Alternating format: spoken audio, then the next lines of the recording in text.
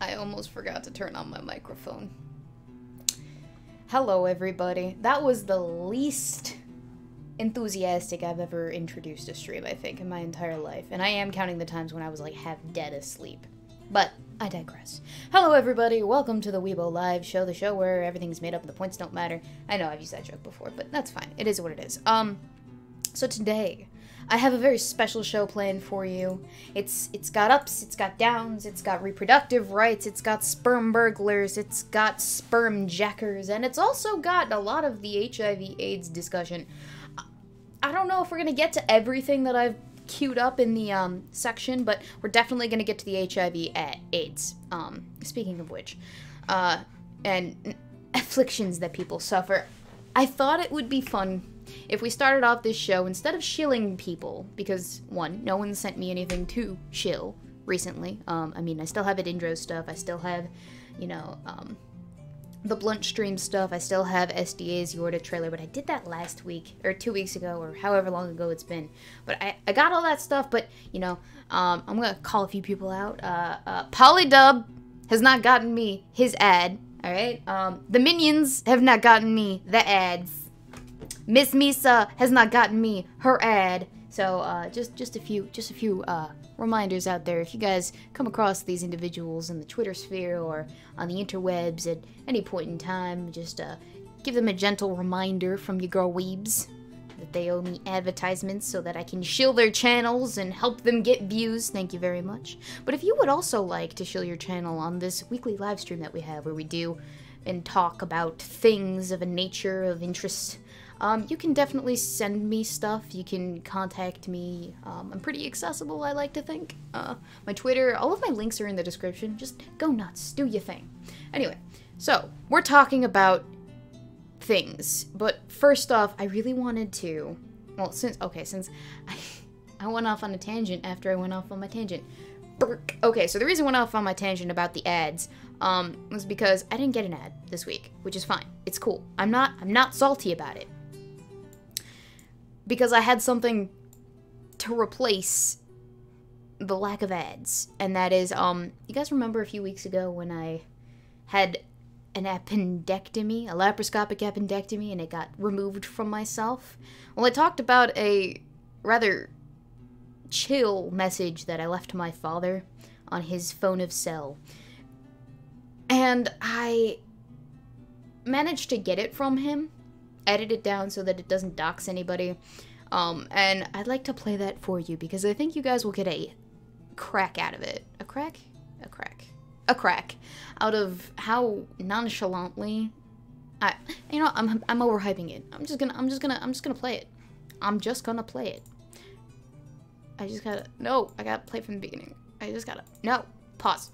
Sorry, you can't see it behind the scenes, but I'm having technical difficulties like the boomer that I am. I have to turn up the volume, then I have to turn off the music, and also we have to wait for the freaking Popo and fire department to shut the fuck up! Sorry, I'm a little bit aggressive today. Again, didn't get that much sleep. Let's see who's in the chat. Everyone in the chat, Rapier83. Weebo loved the porn I sent her. Yes, indeed, it was the mom porn. Thank you for sharing. If you're wondering what I'm drinking, this is the pilot project of a favorite winery of mine, the only winery I've ever been to. It's called Ginger Apple Fizz, and it's a pilot project. It's probably not going to go on sale ever. I mean, it's not like it's bad, it's just, it's not a wine. I don't know what you would drink this with other than maybe sushi. Anyway, I don't think I can hear them anymore, so we're gonna go ahead and play that appendectomy phone message. Hopefully you guys can hear it. Well, this is gonna be an interesting experience. I gotta unmute the audio, and I will be getting people from the Discord on in just a minute, but first off, I wanted to play this audio. Hey, Dad. Can you guys hear that? I just want to know if you guys can hear the "Hey, Dad." Let me know in the chat if you got that. It's good, but it's been okay. So I opened this a few days ago, and it's not as fizzy as it once was, but it's still good. Gingery and appley, and it's very, very slight fizz. But you guys can hear that, right? Okay, good. I'll play it from the beginning then. Hey, Dad. I know it's kind of early / late in the morning where it is that you are, but my apologies for that. You should probably know this. I am right now at the emergency room, and they have just finished taking my blood, my urine, and doing a CAT scan, and apparently I have a bit of an infection in my appendix, which means that I have to get it taken out, which means that I'm having emergency surgery today. I shouldn't be laughing because I'm nervous. Okay, this is the first time I've ever had surgery, which I thought was going to be my wisdom teeth, but that's not the case. Also, I am on pain medication, so that's probably why I'm a little bit funny. So I will talk to you when I talk to you next. I'm going to send numbers so you have it, so you can update you, and I love you. Bye. So, hey. No, shut the fuck up, weeb. Anyway, so that was the lovely experience that I had. I'm gonna turn the music back on. That was me at 2 in the morning telling my father, one, that I loved him in case I died before he woke up and heard my voice ever again. Because it's very important to tell your parents that you love them, because parents are not supposed to have their children. Wow, it got really morbid here for a second. But anyway, I'm going to start bringing people in from the waiting room in the Discord. You can find the link to the Discord in the description down below. And Berserker5150 is on with me. Hello, Berserker. Hello. Did you hear the audio? Are you watching the actual live stream itself? Yes, but I have it muted so it doesn't play twice. Oh, that's fair. But did you heard the audio? I thought it was pretty funny. I liked it. It's some of my best work, some of my most level-headed. But my dad and I had a discussion afterwards, because he got that message, he wakes up at like 5, 6-ish. And at that point, I'd already been in surgery when he got that message. So it was a really weird experience, because he felt like, oh, so they just let kids nowadays conduct their own surgical plans without the consent of their parents? Yes, they do, Dad, because I'm 18, or I'm well over 18, I'm at college and you're 4 hours away, and you don't ever pick up the phone in the middle of the night. It's fine. I'm not salty. I was just alone and scared, and this is my first surgery ever, so thanks, Dad. Anyway, we got it fixed to the point where my dad doesn't have to worry about, you know, getting calls in the middle of the night from random people, but he also can still get phone calls from the important people in his life that he would totally want to get a phone call in the middle of the night about. We also have to get my brother the insurance card for instances when this occurs because, you know, my brother's a hot mess, so.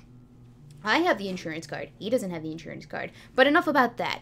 We have a show to do. We have a show to do, ladies and gentlemen. I am so excited. I am extremely excited. And let me tell you why I am excited, alright? I'm going to just cut the chat. Do the window capture. There we go. So we're going to start off with this article that I saw a few days ago. Let me get some Cap and Crap and Round Hammer in here as well so that we have some more opinions to diversify the setting. By the way, if you guys would like to join the show, you can join the show. We're going to keep it at a 5. And if we get any new people, I'll definitely get them in. They'll take priority, I'll say that. Yeah, I'll drop out if someone new.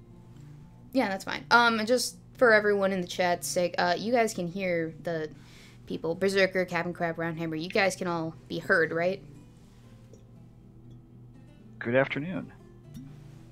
Alright, hopefully everyone can hear everyone. I sell propane and propane accessories. Goofy Weebo is adorable Weebo. Yeah. I wasn't that loopy, but I was pretty loopy on the drugs. Or, wait, are we talking about me right now? Oh, that was the phone message. Yeah, the phone message was pretty funny. I thought it was hilarious while I was recording it. I was just thinking to myself, wow. Anyway, so I have a lovely article, and you can find all of these articles. I believe I linked them in the description after I put the description up, or after I put the watch link, made it available. I also put it in the Discord. Ooh, the next 6 minutes. 60! Hello. Alright, are you with us? Are you on board? You wanna talk about 27 reasons why you should date an HIV positive man right now? All of you? The one hiccup is the link is not working. It brings me to a broken page.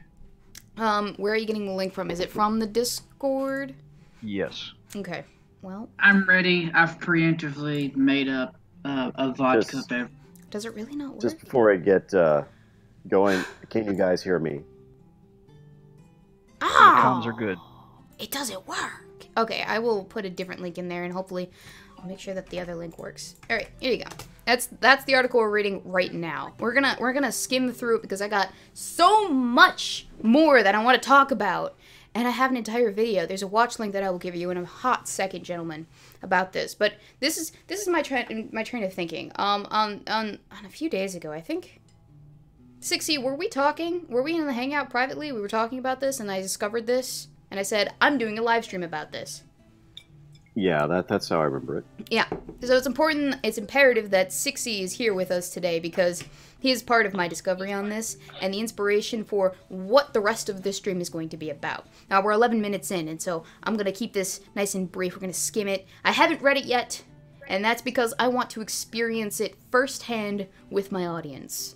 So 27 reasons you should date an HIV-positive man right now. I'm going to say this right quick. If I need 27 reasons to date an HIV-positive man right now, I'm going to say that's probably an indication that I should not be dating that man right now. That's any man. That goes for any man. If he gives me a list of 27 reasons why I should date him, fuck that guy. But, like, not fuck that guy. Fuck that guy. You get me. Not in the good way.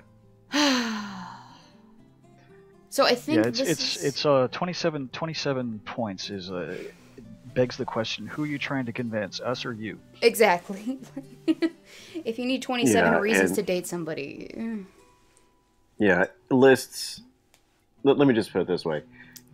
If you can't say everything that's on your list in the way that you say hello to her, then yeah, you're better off not showing her a list. If it becomes a point of, like, an opinion piece where it is that, okay, you know what? We're just going to get to it. Because I think we made our point clear. So the first reason is undetectable equals untransmittable. Last month, the global medical and scientific community at the forefront of HIV research and care came together in Paris for the 9th International AIDS Society Conference, where they announced unequivocally that an undetectable HIV viral load means HIV is untransmittable. You willing to bet your life on that? Are you willing to bet your life on that? Will you, personally, have sex with somebody with an undetectable HIV load? In any case. That's like Russian roulette with 4 chambers filled. Well, here's the thing. The risk... Glock. Like, the risk itself is slim, but there is still some risk, given the fact what we know about medical science, and you'll hear about this later on in the stream, because I bring it up in the audio that I have collected. But this article immediately brought up a memory from a few years ago when I went to a talk on HIV and decriminalization of it in the state of Indiana. And I went to this talk with Balik, and I recorded the Q&A session. I have an entire 17 minutes of audio of this Q&A session, and it's some unbelievable shiz. 60's heard the first, 2 minutes. Eve has heard the full 17. It is... I'm actually... It'll make your jaw drop. It will make your jaw drop, but we're gonna power through these 27 reasons, and then we're gonna get to the audio, and then we're gonna get to the rest of why this title is the way that it is. So number 2 is, one more time for the folks in the back, if you diligently take your medicine and keep your viral load to below detectable levels, you will not be dangerous to your partner. We now have the scientific data to say you may be infected, but you are not infectious. You know, they say the same thing about birth control, that if you diligently take your medication and, you know, you don't drink alcohol, you take it every single day at the exact same time, and you are unlikely... You are unlikely to get pregnant, but it still happens. There is a 99% chance, I think it's 99% chance, but there's a 99% chance that you will not fall pregnant if you take your pills as is intended. It might not be 99%, but I'm spitballing here. There is no 100% guarantee. No. Number 3, it's not fake science, it's not bullshit. As one guy told me on the first date 2 years ago, there wasn't a second date. This is a landmark development in the response to HIV, and too many people are not hearing this message and receiving its full benefit. A person living with HIV with a sustained suppressed viral load poses no risk of transmitting HIV. Now, what that means to you people, for those of you in the back who don't 100% know exactly. And this was some... Okay, so in terms of HIV, you can take medication to keep your viral load completely down.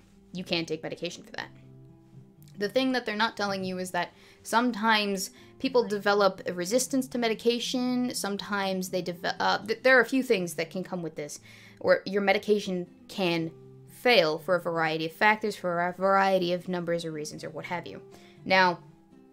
Spermburglers, we're getting there, AP. I promise, we're getting to the sperm burglary part. But 6 was there when I came up with this title, actually, so it's gonna be fun. But what I'm saying is, medicine is not 100% a certainty that, 1, you won't get sick, 2, nothing will happen as a consequence of that. Mainly because the human body, every single human body, is different from the other human body that you're comparing it to. So there is no infallibility 100% of the time. There's always a, 99.99% chance that, the killing of germs is always 99.99% chance that you're going to kill it off, but then there's that 1.01% chance that that germ is going to, reproduce itself and become even stronger. Medical science is amazing. It's not an exact science, but there is so much more to it than just 100%, yeah. I hope I'm explaining it correctly. I'm not a biologist. It's all about measure and countermeasure, because the microbes in question, they are living organisms, and if they start surviving, they will get stronger by default. Mm-hmm. That's why you have multi-drug resistant bacterium now. Yes. No static baseline. Mm-hmm. Number 4, you have nothing to fear.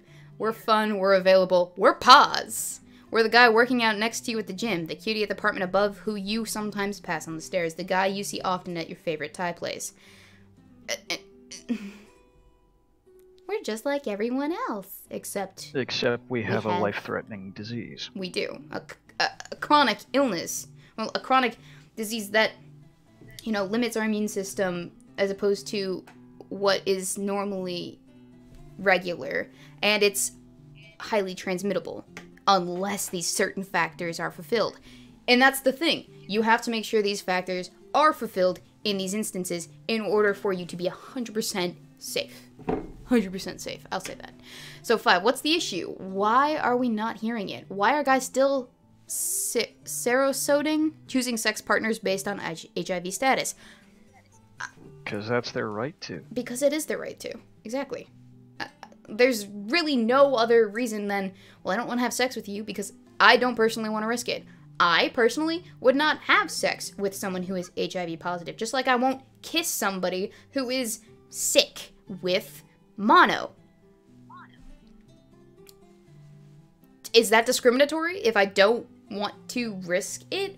Or I won't take a makeup brush. Well, someone has put up to their eye and they are Weebs, you don't want to sleep. You don't want to sleep with an HIV positive person. You don't want to kiss somebody with mono. I think we should shame you. Yeah, no. I'd also like to not share needles with people, just in case. Real Vision says there's an echo. Does anyone know who the echo is? Because I don't think it's me. Is it me? It's 6 seconds. 60. Okay, am I echoing? Echo. Nope, no more echoing. You're good. Hi, Eve. Nope, you're echoing. Let's get Cap and Crap back in here. I don't know why he left.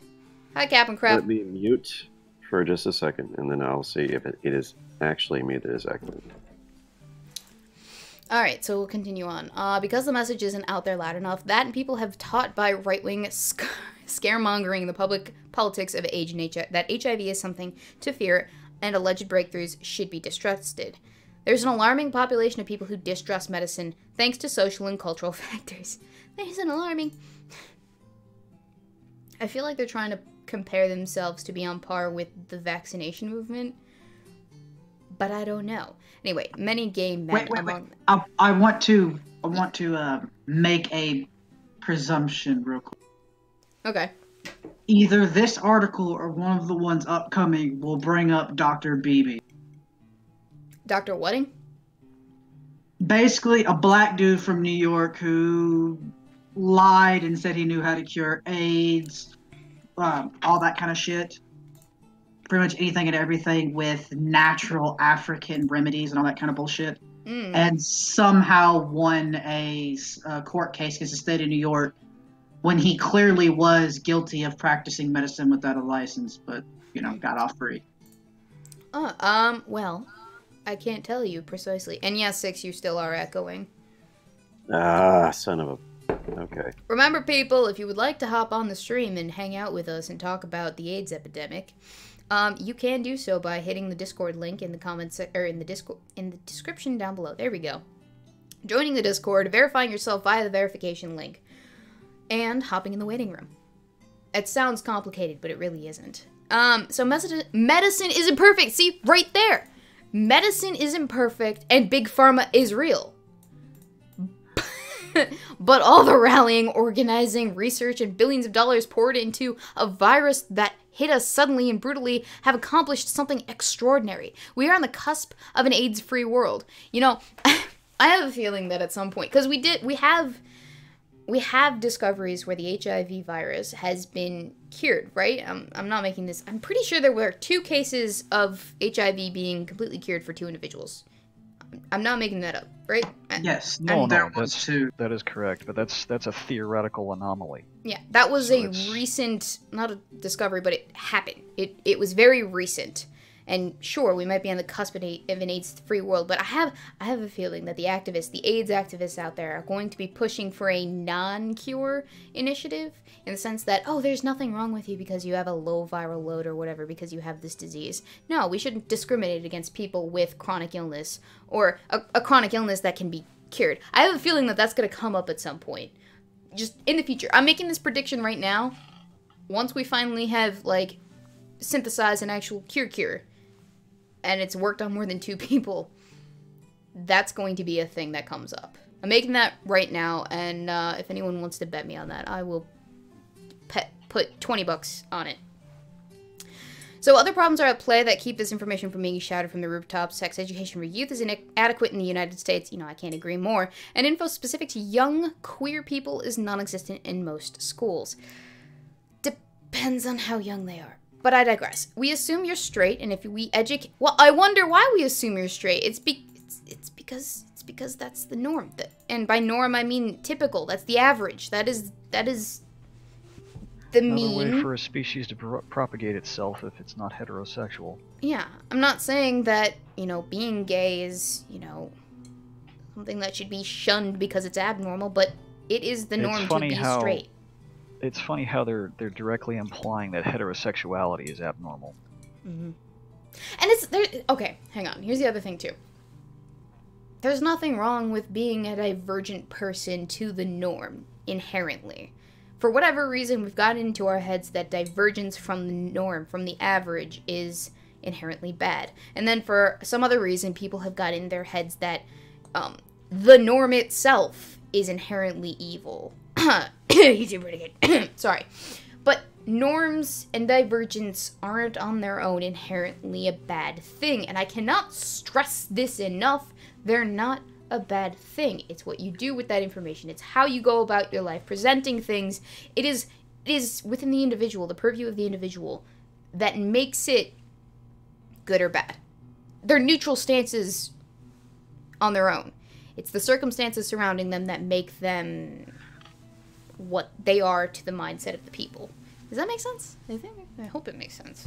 I'm off the cuff here. I usually script all of my nonsense, but, you know, this is good for me. I should totally be doing this. Also, It's that apple cider.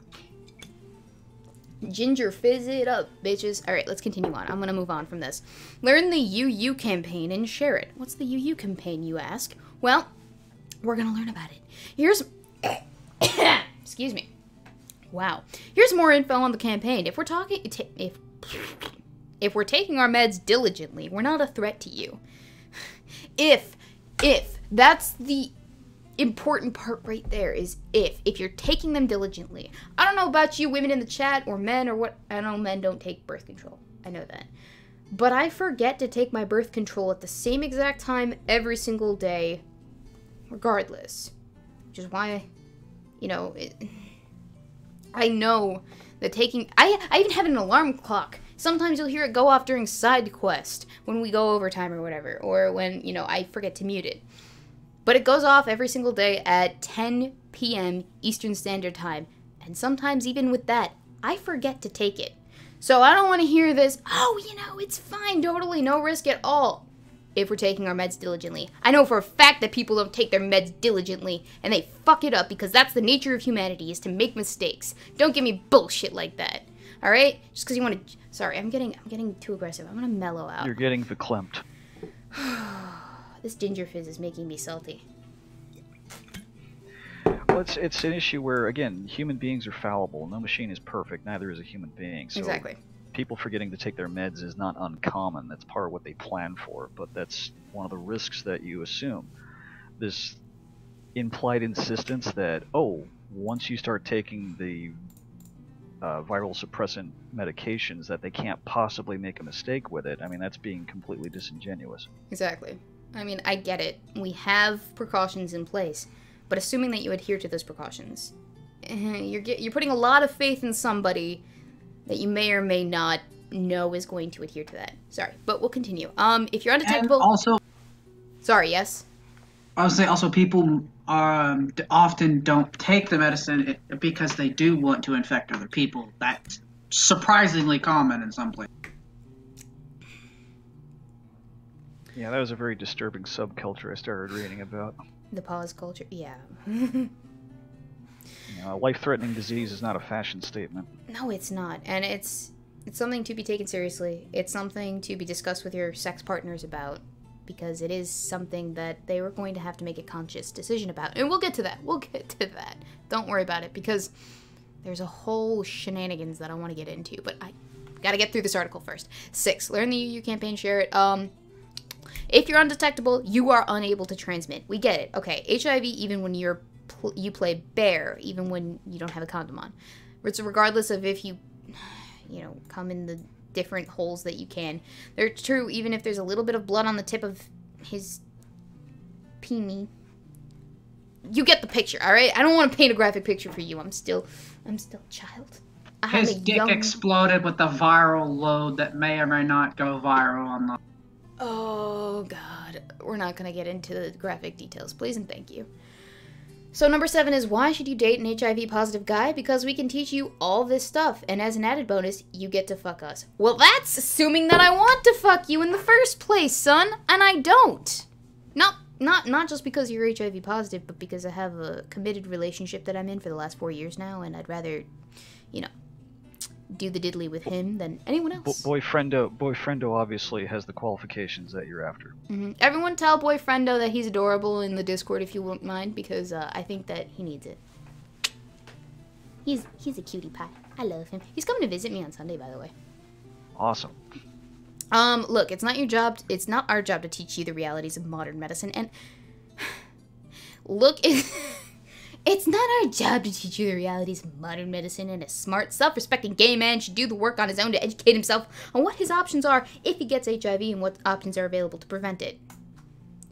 It's not our job as HIV-positive individuals to educate you on what being HIV-positive means. It's your job so that you don't get HIV to determine this. Right, this. And people are educating themselves that it's a really bad idea, which is not the answer they want to hear. Hence the reason for this article. You can get the information for yourself, but your information is all bullshit. So we're not going to tell you, but we're also going to criticize your information that you get yourself. Sorry, but the double thing here is kind of blowing my mind. Oh, sorry, microphone. I apologize. I just stroked it, by the way, for those curious. But we know you might not do that. When I was HIV negative, I didn't do that. I didn't want to spend a few hours cruising the web, reading dense articles about antibodies when I could be watching TV. But then I became positive. I wonder how you became positive. Was it because someone didn't tell you that they had HIV, and you had sex with them? Unprotected at that. Unprotected sex with that person? Would you have made a different decision if you had known that that person was HIV positive? Just curious. I'm wondering. Dating people different from you makes you better. In all cases, date someone who will help you grow. Don't tell me what to fucking do. Sorry, but that was aggressive. But that is important. Repeater83 in the chat says, prep your anus. And I cannot agree more with that sentiment. Because I have a question. Yes.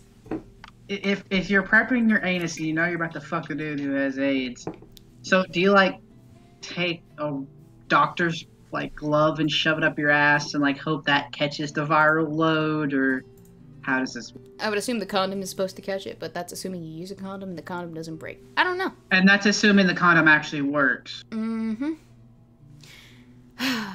This is not much different from when Justin Riley Dennis was insisting that you can have your preferences for who you are attracted to, but you have to date a transgender. Yeah. I can't wait for the HIV activists to come out of the woodwork more so. On YouTube specifically, because that'll be a fun time for me. So we're literally everywhere is number 8. We one of sorry. Hans, get the Flammenwerfer. That cute dude on your hookup app sending you wolves and whole pics is pause. I didn't need to know that about that guy. I mean, yes, I did need to know that. If we're gonna have sex, I need to know that. But I don't want to know that about your specific guy. Just saying. In all likelihood, you don't know who around you is HIV positive until they say so. And that's the whole fucking point, isn't it? And it will be the point when I get to it. When I get to it, because the whole audio is just, oh my god, mind-numbing. But you don't know who is HIV positive until they say so. Keep that in your heads, people. Keep it in your heads and let it fester like a wound, alright? Because it's important. We're gonna talk about it later. I was taught to treat wounds and not let them get infected. Okay, fine. But my point is, keep that in your mind, in your headspace. Because when I bring up the audio of the activist... Sorry, it's just mind-boggling. Until you see that little +/U or some variation of that on their Grindr profile, so obviously that translates to positive/undetectable, or until you see them categorized as pause on Scruff. I don't know what the fuck is Scruff. I think this is a gay dating website, but I have no idea. The fact that HIV positive gay men are everywhere, particularly if you're the slightest bit involved in your queer community everywhere in your... Oh, so apparently this is directed at the queer community, so it's not an issue for me as a straight woman who's not having sex with gay men. Got it. You might not grasp how many of us are there until you start looking. Why are you so homophobic, Ms. Weebo? Why am I not having sex with gay men? Exactly. Infected ones at that. That's a good point. You know, I should probably introspect a little bit, because this is important. I need to know why I'm not having sex with gay men. Ask Boyfriendo why he's not gay. Alright, hang on. I'm supposed to ask you why... Okay, hang on. Hey, babe, I'm supposed to ask you why you're not gay? It's for a stream. I love you.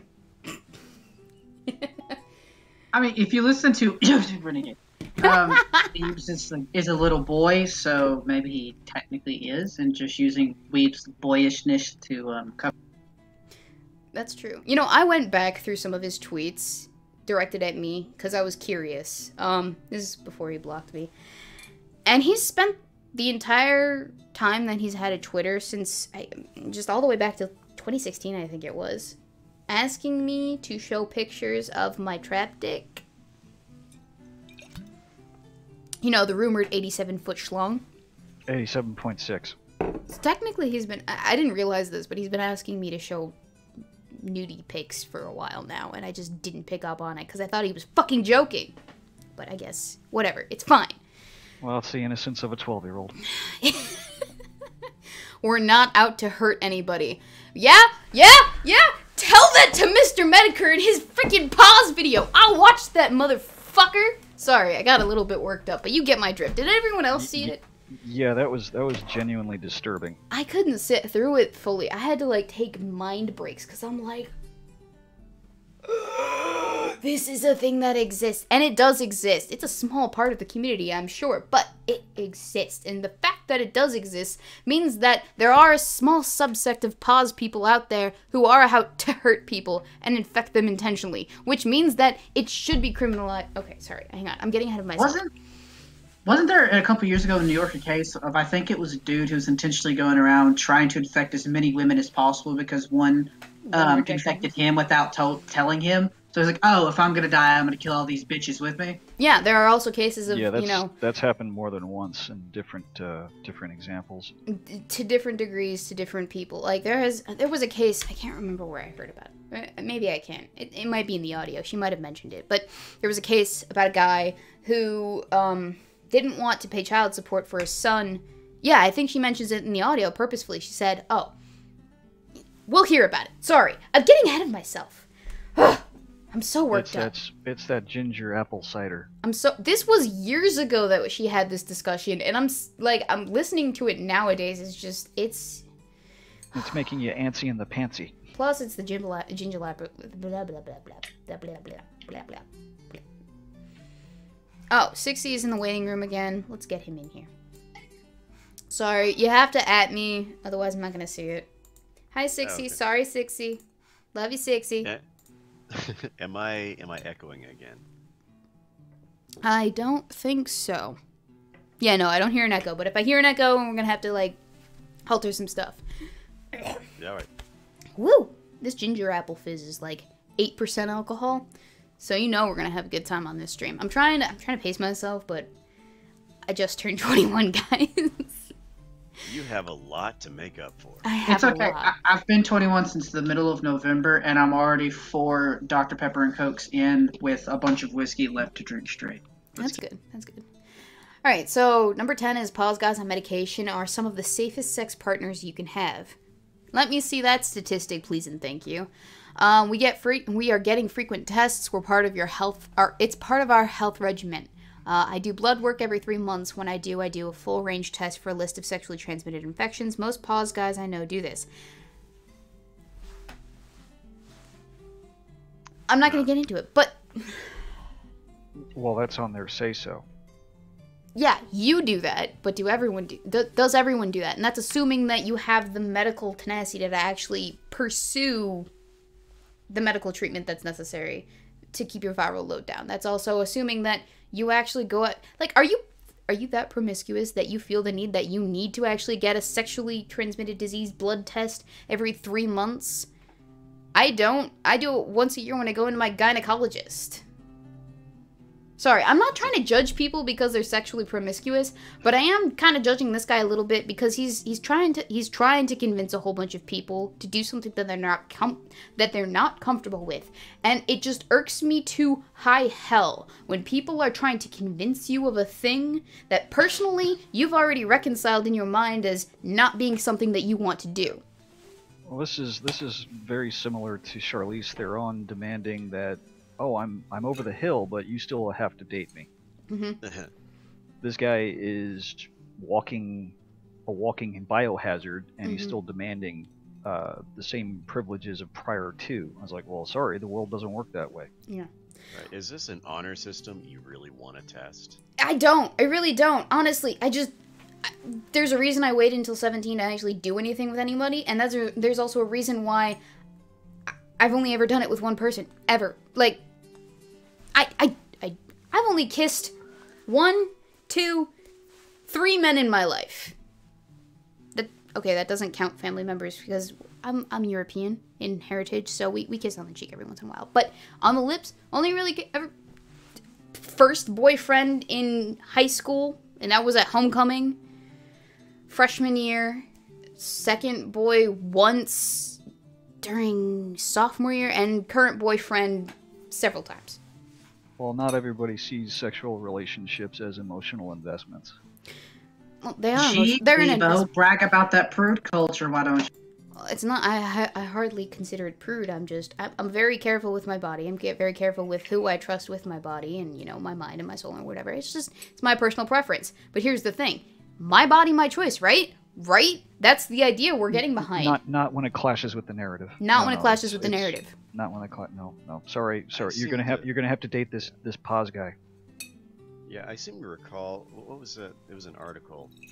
There was this young lady that all she wanted was no strings attached sex, and that she was very frustrated that the guys that she would hook up with would insist on some sort of emotional connection. It would always evolve into an emotional connection. She was very frustrated with that. She would just She just wanted benefits, not so much the friends, but the benefits. Yeah. Well, okay, so I'm not going to judge a woman who wants to have promiscuous sex, because that's her right, her body, her choice. So long as I don't have to have sex with her, that's fine. Same thing with a guy. If he wants to have all the sex that he wants, that's fine. So long as, you know, I'm making an active decision to have sex with somebody that I know basic facts like, do you have an STI? Any STI. Any at all. That's going to drastically adjust my decision. Are you in a committed relationship already? That's going to drastically adjust my decision. Do you have kids? Maybe. That's going to drastically adjust it. Do you have some sort of other disease that I don't know about? Are you about to die or something? Like, there are certain things that I need to know about, to be informed about on this person before I actually choose, yes, we'll do this thing. And even then, it's going to take a fuck ton of months to actually get myself to the point where I trust this person to be alone in a room with me, naked, sharing my body with them. In any capacity. Even if we're not having sex. It's a thing. It's my personal preference, though. That's the crux. Don't try to convince me out of it. That's clashing with the narrative. You know, again, you have to give people what they want when they want it, unless it's something you want, and then you're not allowed to have it because you're a toxic white female. Exactly. All right, we're moving on from the topic. Number 11 is we usually are more we're usually more sexually adventurous thanks to a virus we got through sex. Here's where that's an issue, okay? Because if that's the case, and you're like, oh well, I have nothing to lose, I already have the worst of the worst, AIDS/HIV. You could get something even, like, shittier, like genital warts or what, I don't know, fuck it, whatever, STI. Alright, if you're that much more sexually adventurous, you only get tested every 3 months, and you're having willy-nilly sex with any person that you want to, and you're trying to convince other people to do it, is that not an indicator that, oh, maybe you might pass on something else, maybe not HIV or AIDS, but something else as well? That's not a selling point to me. Yeah, this shows lack of maturity, lack of responsibility. It's okay to engage in a relationship with one person. You know, you're not a slut if it's just with one person, or maybe two. But the idea that you can go back from being promiscuous to now suddenly you're responsible, I mean, that's an unfair burden to put on an uninfected person. What the fuck? Berserker? Huh? What's that? Sounds like a very poorly tuned instrument. I didn't know Mike was on my... So number 12 is HIV teaches you the necessity of solid communication. Which, okay, yes, I will agree that's probably the case because if you've ever had any medical shenanigans happen to you and you've had to go to the doctor a number of times, you quickly catch on. Don't be fucking shy about medically relevant information because they have to know in order for that to be the case. I mean, transferring that over to, like, a sexual partner might be a little bit more, but this is less in line with what it is that I want to talk about with regards to the audio that I'm going to bring up soon in a minute, but we're going to move on, alright? We got power through this. I keep saying that, but we're already 44 minutes in, and I take forever. Apparently, I'm a tangential, shiny objects-obsessed nutcase. Squirrel! Exactly. 13. Pause guys can do anything you can do. Obviously. Like spread disease. Like spread diseases, exactly. I'm not disputing that. 14. We're as good at sex as anyone else is good at sex. I don't... Including potentially spreading disease. Next one. 15. Pause guys are not automatic risk takers. But did you just say... That's a fallacy. Didn't you just say HIV teaches you... no, not that one. It was, we are usually more sexually adventurous thanks to a virus we get through sex. And then you go on to say, pause guys are not automatic risk takers. Sexually adventurous and automatic risk takers. I mean, I get it. They're different. This is what we call a contradiction. It is a contradiction. This is not a... and it's one that's not a selling point either. And that bow tie is just not working for that dude. That one? Makes him look like a twerp. It makes his head look a little bit small. Also, don't forget that earlier he stated that HIV positive sex partners are the safe.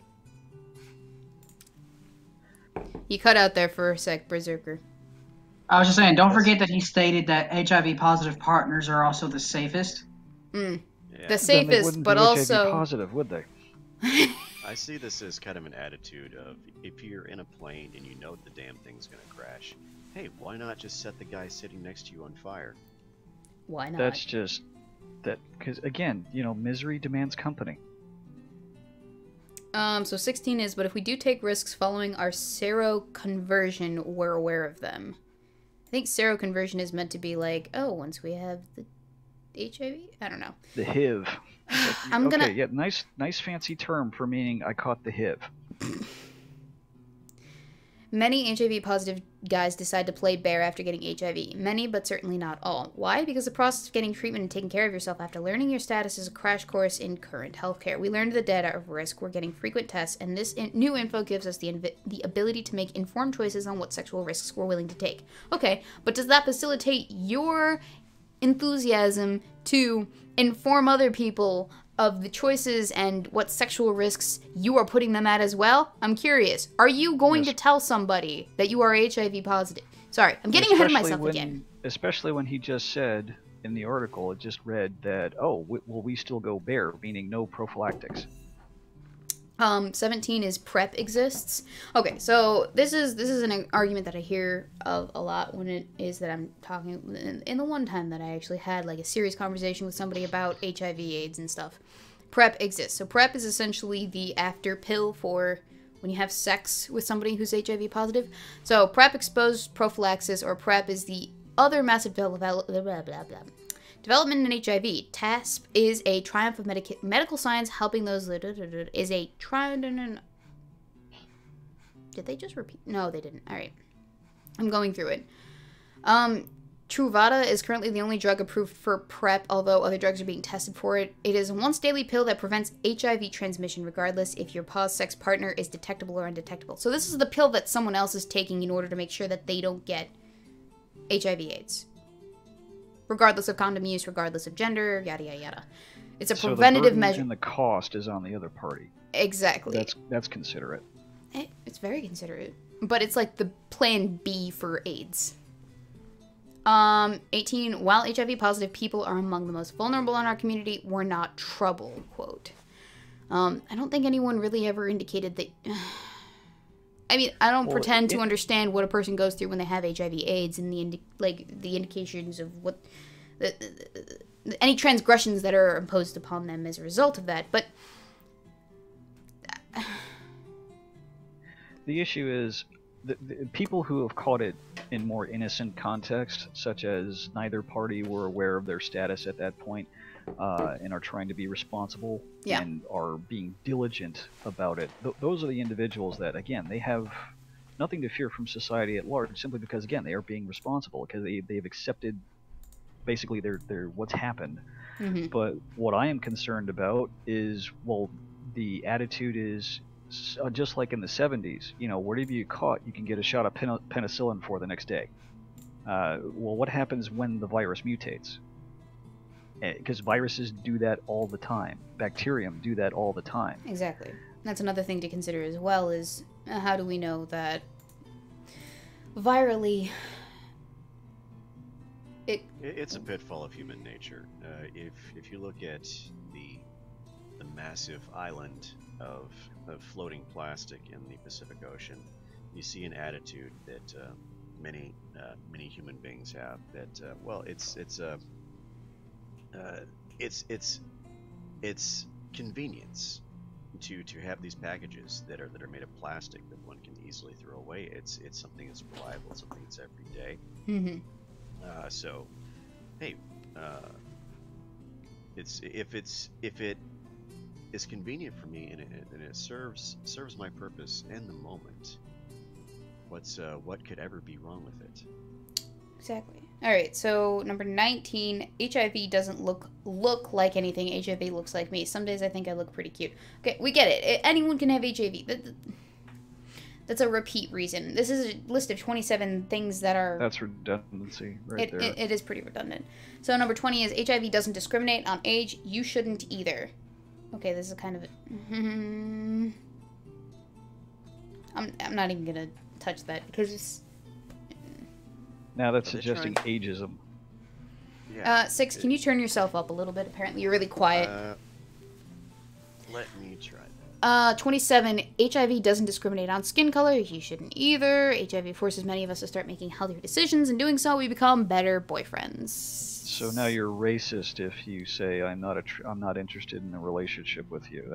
This is it's just an emotional add-on. manipulation. I think it's more intersectional HIV activism than it is anything else. I'm not even going to touch it because that's not what we're talking about. We're talking about HIV and AIDS. So moving on to 22, HIV forces many of us to start making healthier decisions.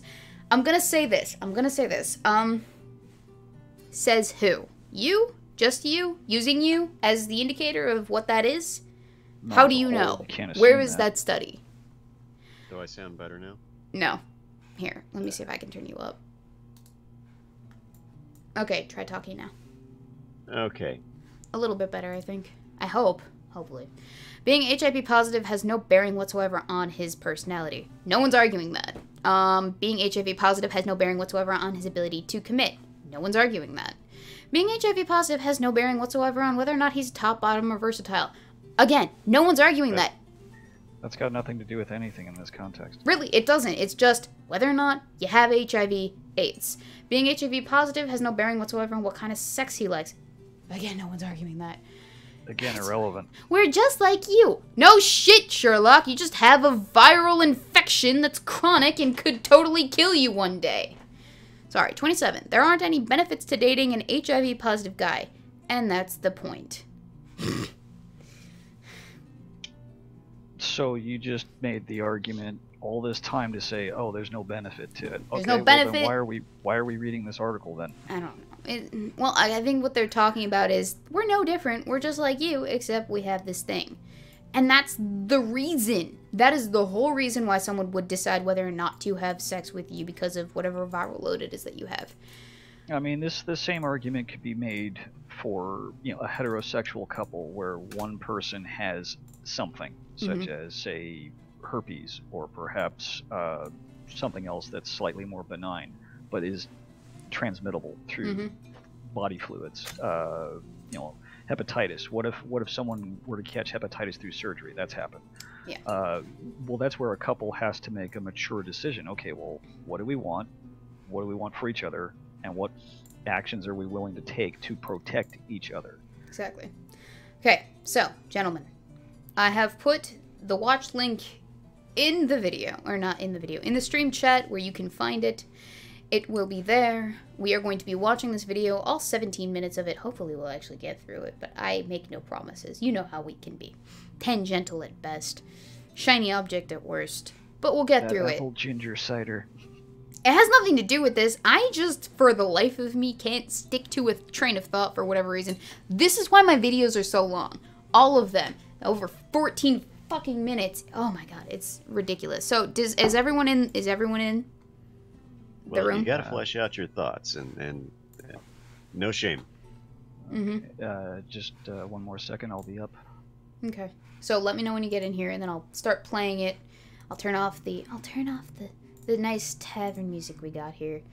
But let me tell you guys. Okay, so some background while we're getting configured. Balik and I went to an HIV AIDS talk many years ago. I can't remember how many, but it was many years ago. And we went through the entire talk. This is not the talk itself, but is the Q&A session after the talk. So you're going to hear me, you're going to hear Balik talking excuse me, at the end of this whole presentation that this woman gave. Her presentation was essentially on the decriminalization of being someone with AIDS and HIV positive in the state of Indiana, because she's an activist that is working towards that in a sense. Actually, you know what? I can go through their whole initiative right now before we actually get into the video itself to kind of give you an idea of the mindset. But this is a House bill that her organization has introduced into the Indiana state legislature. It's House Bill 1325. And basically it says, quote, the language of the bill is, Transmission of communicable diseases changes the following defined terms. Number 1, carrier to individual with a communicable disease, because obviously we have to pansy up the language a little bit, because otherwise it's insensitive. Number 2 is dangerous communicable disease to serious communicable disease. And 3, dangerous disease to serious disease. But that's not the only thing. It's not just pansying up the language for people just to make them feel better. It's also a little bit more, and we're getting to that. It specifies that an individual must intentionally meet all of the delineated conditions to commit the offense of transmitting a communicable disease. Requires that for violations of the communicable disease laws, number 1, an informant or indictment, I have fucking no clue, but alleging the violations are redacted in accordance with rules adopted by the Indiana Supreme Court. Number 2 is the court closed the proceedings, and 3, the medical information of the parties is confidential. Removes the authority of the court to limit testing to a test for human immunodeficiency virus, HIV. If the defendant is charged with battery or domestic battery involving placing bodily fluid or waste on another person. Removes certain references to AIDS, repeats the crimes of 1, recklessly knowing or intentionally donating, selling, or transferring blood or semen for artificial insemination that contains HIV, and 2, infecting an individual through the act of donating, selling, or transferring blood or semen, makes conforming changes, makes a technical correction. Essentially what they're trying to do is, and I can pull up the actual thing, is, they want to decriminalize certain aspects of the laws. And that is, they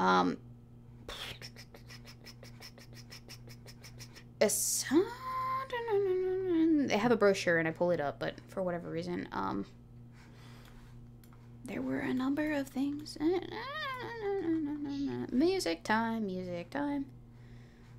So the duty or authority to warn or notify your sex partners if you have sex with them, that is one of the Indiana state laws that they want to change so that you don't have to have a duty and authority to warn or notify your sex partner about your HIV status. Failure of carriers or HIV to warn persons at risk is another law that they want to change.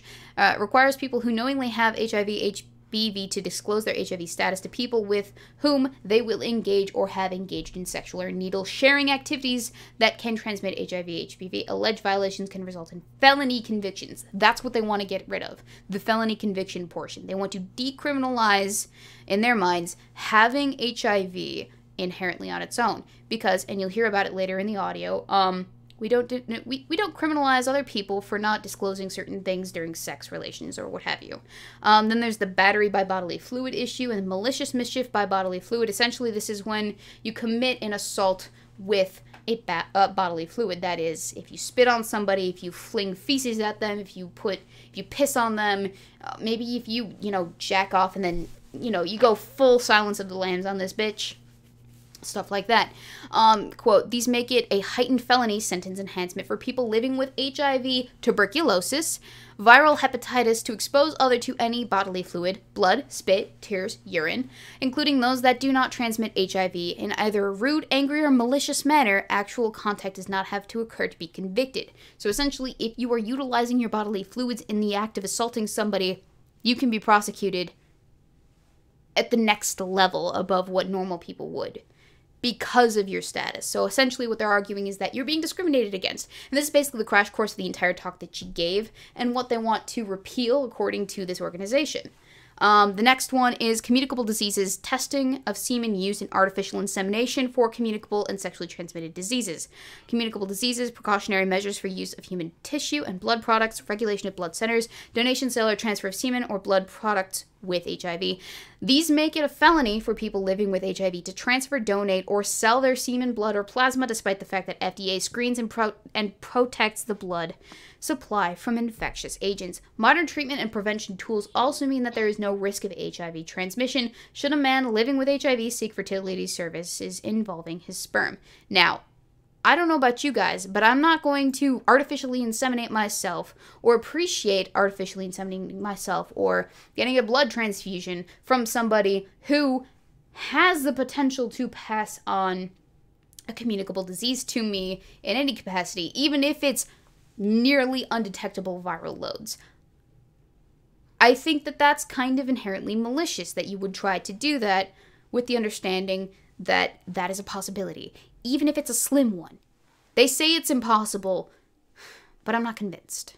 There's no 100% guarantees when it comes to this kind of stuff. And this is something that's linked in the description. This is essentially the basis for which the entire talk was on, and this is where we're picking up in the Q&A segment. So, it's 5 o'clock. We are going to listen to this audio. we're gonna I'm looking at the chat now. Tears assaulting someone by crying on them. Yeah, imagine that. Imagine that. I'm gonna X out of these two things because I don't think we're gonna need them. But we're starting at. Sorry. Would you refer to that as being assaulted? Funny. So before we start, do you guys have any little comments, concerns? Keep them short. But anything that you would like to add to this? Well, I fail to see how someone using any infected bodily tissue as a weapon is not classified as basically a assault with a deadly weapon. Well, didn't they used to hurl dead infected bodies over city walls as a form of bio warfare? Yes, They Genghis Khan come up with shooting the corpses of his dead enemies into their cities.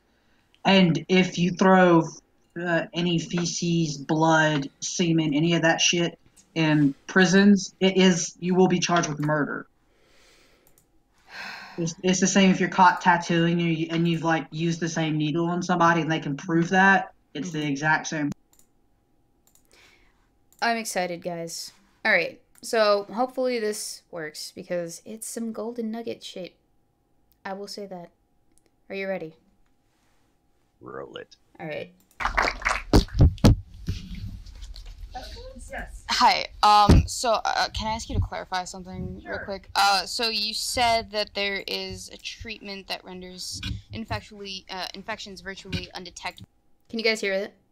Like, is it? It sounds like a Weebo. It sounds like a Weebo. That is Weebo, actually. A fetus Weebo from a few years ago, asking intellectual questions and having a gay old time about it because that's what she does. And that there's like no risk of actually contracting the disease after that, right? Yes. Okay, so That's the undetectable is untransmittable. Okay. Can you guys hear the woman? All right. Just curious. I can. You can hear that, but can the chat hear the woman very well? I want to make sure that you actually. Yes. I want to make sure that you guys can hear her because it's more important what she says than what I ask. And what we're talking about here, because I desperately need you to hear what it is that I sat through and didn't run my mouth about, because I'm having war flashbacks. But yeah, type 1 in chat if you can hear, 2 if not. I can turn it up. I just want to make sure that we're good. Eve has listened to most of this. Is it a bit quiet? All right, I can turn it up a little bit more. But that means when it gets to me, I'm gonna have to turn it down again because we're like 20 feet across the room from each other. I'm surprised my phone picked it up as well as it did anyway. By the way, I will make this full audio, all 17 minutes, available on my channel much later on, or not much later, but after this live stream ends, I will make it completely available so you can listen to it fully without my interruptions and my happy ass getting all, antsy about it. Okay. 1, you can hear it, but it's quiet. All right, I will turn it up. Got it. PowerPoints. Gotcha. I don't know if I have enough for all of you. So that's assuming that the person can actually like acquire treatment and pay for treatment, right? Absolutely. Okay, yes. So what if the treatment does fail? Because just like with any medicine, I'm assuming that it is susceptible to drug toxicity, resistance, low adherence as well. If it does fail, you don't know until you get that. I think it's called the low viral test. Yeah. Right? So wouldn't it be more prudent to have to disclose to any sex partner that you happen to have in that month that you maybe don't know that you could potentially pass it on, though? We would argue not by the law. So again, if we're talking about adults who are choosing to have sex with one another, that's going to be between them. I do apologize for the feedback, by the way. I'm sorry, there's not really much I can do about it. You're just gonna have to put up with it like big boys that I know you are. Alright? Alright, good. Continuing on. I'm 12. To disclose that personal information, not the law. Now the other thing, let's say, I'm going to take your example even more extreme. Let's say it's somebody like my friend Travis. He was not on treatment. He had a detectable viral load, and he was charged with alleged non-disclosure of his HIV status to his partner. And he never denied that he did not disclose that. So basically admitted, yeah, I did not disclose my HIV status. So the question is, should that be a crime, or should that be something between those two consensual adults? Okay.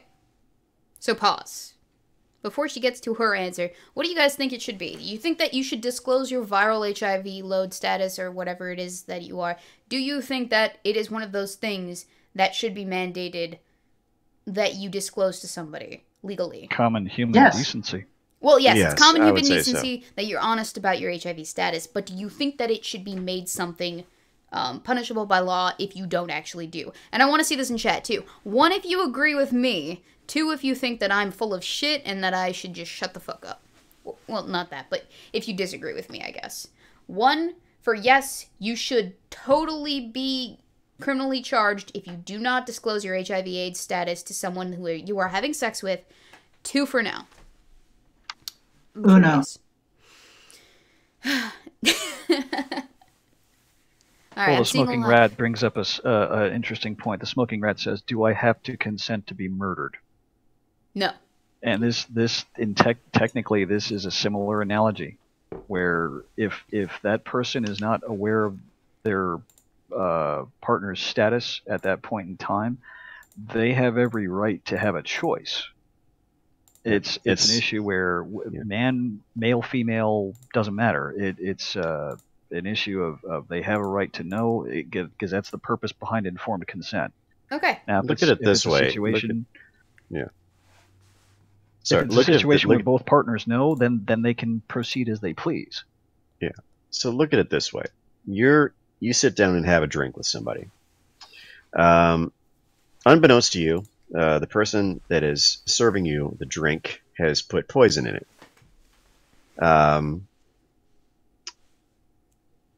Yeah, it's kind of the same deal. If you don't tell the person that you just given a drink to that you just put poison in that person's drink, then yeah, you should be charged with a crime. Mm-hmm. Okay, by the way, update. When I asked boyfriend when I asked him why he's not gay, he told me that I am too sexy for him to be gay. So, he's such a sweetheart. He's a homophobe. Totally, 100%. Okay, we're gonna continue on. He won't date Diley Ray Jennings. It's funny. But okay, we're continuing on. And our stance is that it should not be a crime because basically they're engaging in the same kind of behavior that other adults are engaging in and not being criminalized for. So, did you hear that? They're engaging in the same type of behavior that other adults are engaging in and not being criminalized for it. But other people do not have an infectious disease. Exactly. And a disease that has killed millions. And other people may be disclosing what that particular disease is with their partner. Moving on. So now you could say, well, other adults may not have HIV, but they have other things that have very serious consequences sometimes that are not equally criminalized. So a good example would be contraceptive fraud. So an example where like my partner comes to me and says, well, you're on birth control, right? You're on birth control. And I'm not on birth control, and I lie. And I tell them, no, I'm not on birth control. And now suddenly I'm pregnant. Now that's a major life-transforming, event on that person's life who did not want to have a baby. Suddenly they are responsible for taking care of a child that they didn't intend to have. And they get super angry and super pissed at me. You lied to me. You didn't tell me you were on birth control. And they're really upset and they're really infuriated in that sense. But yes, she should face charges too. So notice how she says, oh, you lied to me, you're not on birth control? She should face charges too. Well, yeah, she should, obviously. But it's also incredibly difficult, comparatively speaking, to actually prove that she wasn't on birth control at the time that you were having sex, in a court of law, specifically. However, and I'll bring it up, sperm burgling is a thing, which is where we get the title for this. Women have a tendency to actually swindle men out of their sperm. Why sperm burgling is on the rise. There are a whole bunch of articles that I looked into. This is as early as 2017, which is actually before when this talk happened. This was before when that talk happened. So women do take men's sperm without their permission and impregnate themselves against the wishes of other men, which is not 100% on you might be saying, but Weebo, it's not 100% on par with what it is that she's talking about. That's fine. I know. I get it. But I have other examples. Man gang raped by 3 women to steal his sperm. To get themselves pregnant. Life altering? Yes, okay? But again, you're saying Weebo. It's not 100% the same thing, okay? Well, they compelled that underage boy to pay child support getting his adult teacher impregnated. Well, that's the side issue, but I think the male equivalent to this instance would be stealthing. Now, for those of you who are unfamiliar with stealthing, it's essentially when you say that you are using a condom, but you don't use a condom during the act of coitus with another woman. And she asks you, hey, are you using condom? You say, yes. But really, you're not. Or you take it off midway through sex, or what have you. That's what stealthing is. She can't tell? You might think that she can, but she can't. Not in all cases. She probably doesn't even know what was in the first place. The condom really She only must not have is. She must not have a working nose, because prophylactics have a certain bouquet to them. You can tell when it's been deployed because you can smell the material. Mm-hmm. Well, that's aside. There is legal precedent, not in the United States, from what I could find in like the 15 minutes of Googling that I did preparing for this show. But there is legal precedent. Preparing is the right word. Preparing. It's the right word now. It's the right word now. But there is legal precedent from before this talk was happening. I'm not going to say exactly when it was, but there is legal precedent. Quote, is this rape? The legal gray area around prosecuting stealthing in Australia. So I highlighted this. NSW Law Society President Pauline Wright said stealthing is essentially a form of sexual assault because there is no consent. Removing a condom after there's been prior agreement that a condom is going to be used basically undoes that agreement because there is no consent. Emphatically. Sorry, but that's the way the cookie crumbles. And there's also actual legal precedent with police officers being found guilty of condom stealthing in a landmark trial as early as 2018. Now, this is, of course, after the fact of the actual talk that we had, but there is legal precedent, essentially. And this is in Germany, yes, of course, not the United States. But what I'm saying is, it's not something that we haven't had a look at. So her argument is kind of rendered inadequate in the fact that, yes, I would argue that stealthing and contraceptive fraud should be something that is prosecuted to the fullest extent of the law, because it is financially affecting somebody in that way. It's life-changing, it's altering, and essentially you are committing a sense of fraud against another person. Then there's this one in 2017, January, as early as that. So yes, now we have legal precedent prior to the actual talk that we had. Quote, man convicted of rape after removing condom during sex without consent. Now, this is in Swiss courts, but it's still legal precedent. Internationally speaking, yes, we have a standard, and I get it, we have a standard internationally, not nationally, that states that this is a problem, that this is societally something that should be frowned upon. In Swiss courts, yes. But I still think the precedent should hold in America as well.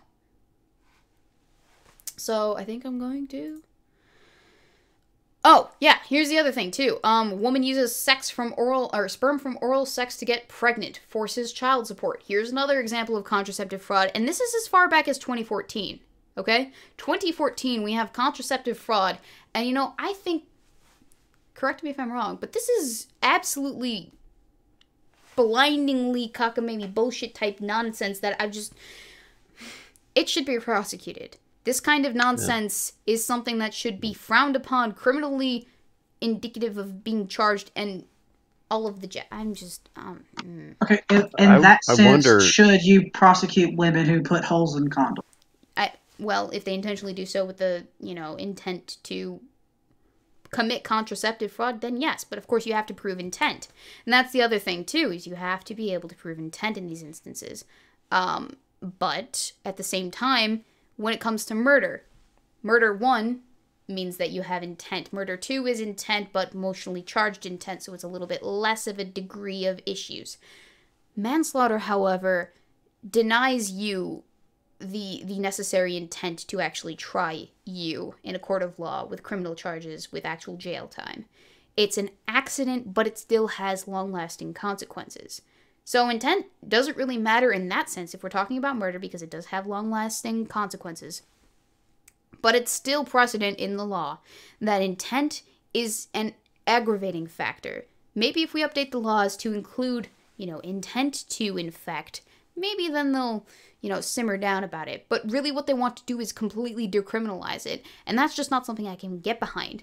Because in doing so, you are taking away that impetus on that person to actually be honest with their sex partners about it, regardless of the intent of whether or not they want to sexually transmit a disease to someone else maliciously. Does that make sense? Yeah. Okay. Yes. Sorry, I feel like I'm... and you're going to hear me talk about it again in the video, but I feel like I'm dominating just a little bit. We're going to continue on, because we got maybe 15 and a half minutes to go. These are adults. My apologies. I'm a little on the quiet side. I'm feverish. It's okay, Sixie. I'm just glad you're here, because you were here when I remembered that I had this audio. And so it's important that you're here as we're discussing it. And we tend to, in the United States, not criminalize things that adults are engaging in consensually. Like consensual murder. Right? No, I'm just kidding. I'm sorry. Yeah. I'm making a funny. Ignore me. To do that. Now, whether or not you think it would have been the right thing to do between adults, probably not. I'm sorry. Okay, when I say consensual murder, I mean assisted suicide. We do criminalize that. I'm not saying that I'm on par with it, but we do criminalize it. So there is a precedent there as well. Continuing on. Most people would say, yeah, that was, you should have told me that you weren't on birth control. But even if they tell you, or if they don't, it doesn't necessarily also mean that safe sex will happen. It doesn't even mean that HIV will be transmitted. So with the undetectable, also the interesting thing there is HIV doesn't just suddenly come back like in the thousands. It's not that easily transmitted yet. So she says her argument is essentially HIV doesn't just come back to a viral load that would be causing infection of another human being. While this is true, and I did look into it, there is a possibility, though. And that's the thing. You have to be making an educated decision about what it is you're doing with your body sexually for it to actually be informed consent. And for whatever reason, okay, whenever someone wants to talk about the sexual relationship between two individuals, they always are like, but informed consent, are you actually telling people everything about yourself that they would want to know in order for them not to have sex with you? No, so why do we have to have informed consent about this thing? I get it with... Because okay. I'm fully willing to tell a woman that, yeah, I'm not a good man, I'm kind of an idiot, and, I'm not a good person overall. Well, it has to do with, are you a good person? But it's also in the sense of, like, I'm sorry to take it here, but I had debates with Amos Yee, Clive Martin, and the rest of the Hard Progress organization. Does anyone remember this? Anyone in the early days of my career on YouTube, anyone remember the Heart Progress initiative to get children to be able to have sex with adults? The reason why I could forget. They had such an issue with the whole consenting thing. And that was in the fact that they're like, oh, but the kid consents because they like it, and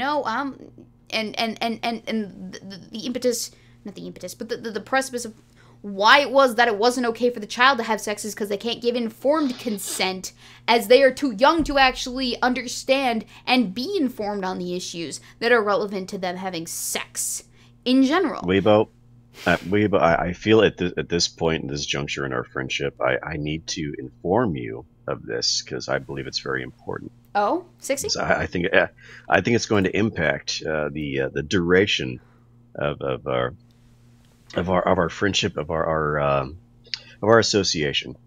Weebo Jones, I am a bad speller.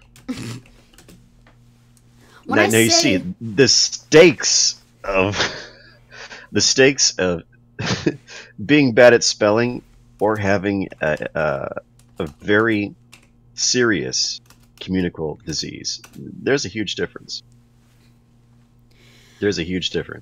There is a huge difference. Okay, and we're going to get to it, actually. You know, I'm getting ahead of myself. I'm sorry. I apologize for that. We're going to get into it, and then we'll have the discussion, all right, after 60. I promise. All right, ready? And I hate to bring up the pedophile stuff, too, but it's just, it reads so much to me like this. It's like when YouTube Renegade was talking about social constructs and how we're not supposed to adhere to them, and I'm like, Heart Progress also argued against the social construct issue. That's not an argument. It's a bad argument at that. Same thing with informed consent versus non-informed consent. Like, oh, what are the bounds of it? Sorry, I'm getting ahead of myself again, but I'm so excitable, and I also have to pee really badly, but we're gonna hold it in. We're gonna hold it in. It's fine. Busy drinks do that. Yeah. Okay. We're gonna play. We're gonna play. Oh, follow-up question, because you did mention consent. I guess that kind of depends on what it is that we're defining as consent. Is it, yes, I consent to having sex with this person, or is it with informed consent? This person, you know, is this age, you know, maybe has this affliction, maybe isn't on this type of medication, that kind of stuff. Right, so that's interesting because that's how Canada prosecutes people under. Sorry, but I'm just sitting here thinking to myself. Oh, you guys can't see it because you're like on a delay or whatever. You're watching the stream on a delay, but I am just making the funniest of faces. I'm sorry, but I'm just so woo. Anyway, I'm watching you spaz out right now. I'm gonna have Weebo it's the fizzy lifting drinks. They're lifting you to this This is a bad idea. This state of euphoria that we get we get to bear witness to. If you guys would like to donate to facilitate my alcohol problem, there is a link to the Link Labs down in the description down below. And wow, I'm slurring my face. The fizzier, the better. The fizzier, the better. I'm going to the same winery later this weekend. This shit has drove me from vodka to Jack Daniels. You're welcome. I'm hoping you're having a good day. All right. Let's get through this. Their sexual assault laws, because in the Canadian perspective on how they define non-disclosure, is they say if you didn't disclose your HIV status, it's non-consensual sex because the person didn't know everything about you. So do you see that yes. Consent issue? So that's how they're using their sexual assault laws in non-disclosure cases in Canada, because they don't have HIV-specific laws. It's all sexual assault. The non-disclosure, which I think is exactly what you're saying, isn't this like, what is consent? How do we define consent? So it is exactly how do you define consent? So if you define consent as, I'm only consenting if I know every possible thing about you that I'm consenting to. So the argument that can be made there on... What do you guys think that she's going to argue with? Type in chat. I want to see what you guys think she's going to argue with, because I think it's going to be funny, the reactions that I get. What is it important that you disclose to your sexual partner that would totally adjust the way that you would have sex with them, or if you had sex with them? Let me know in the comment things down below. My darling, I often misspell the word cinnamon. Oh, really? That's the important bit right there? That's what's gonna deter me from having sex with somebody? Their spelling of the word cinnamon? What, do you use a $sign? Excuse me, sir, but I use a $sign instead of a C in my cinnamon spelling. Alright, I'm getting belligerent. I wait till the last minute to file my taxes. Ah! Oh. Oh my gosh. I filed my taxes at the earliest possible moment. That's even worse. I jumped out of perfectly good airplanes only to be surrounded by the enemy once I hit the ground. Oh boy. Alright. I lived in Section 8 housing as the only white kid. I was always surrounded by the enemy. Alright. That's racist. I don't drink orange juice from the container. Okay. Alright. No more from you, Peanut Gallery. I want it from just the chat, because we still have to get through this, and we have less than 45 minutes. I knock before entering a door. We're gonna cut it close. Shut up. I drink milk from the carton and put it back in the fridge. I will personally silence you, Berserker, Roundhammer, and Sixie, if you don't shut up. Arguments also fail. Alright, see, I thought you guys were gonna test my patience and then I would have an opportunity to actually mediate, but no, it's fine. Good. You all behaved. Is that we never really know everything about our partners when we consent to engaging in sex. But you should know the important bits. Like, hey, are you HIV positive? Are you going to give me a sexually transmitted disease? There's all kinds of things that people may not share.